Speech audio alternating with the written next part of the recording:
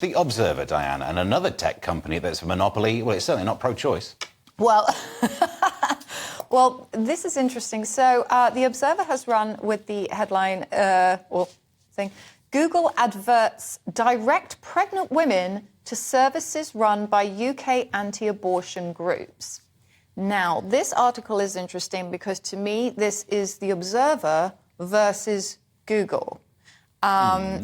And they're attacking Google, and they're using the very emotive, very emotionally charged subject of abortion to attack them. Because they're saying that whenever you type into Google something like teenage pregnancy help or something like that, which people will type in, they're saying that 47% of the adverts are from groups opposed to abortion. So if you read that, that means that 51% are from groups that maybe are offering healthy advice. Now, there is an issue here because when you go to somewhere like Google for advice, you do want impartial advice, especially with something as delicate as this, or any medical issue.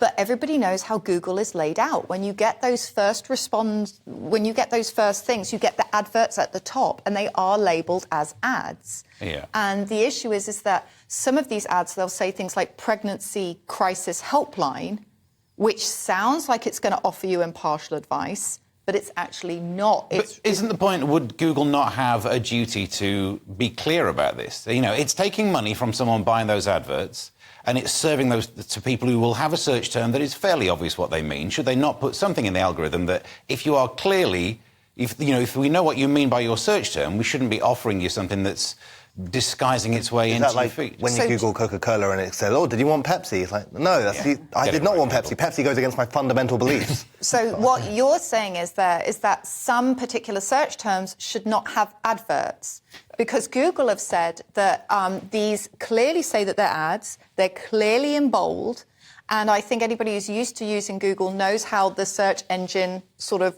delivers its results. So I suppose the only way that Google could stop that is if, with certain search terms, they decide to not show you adverts.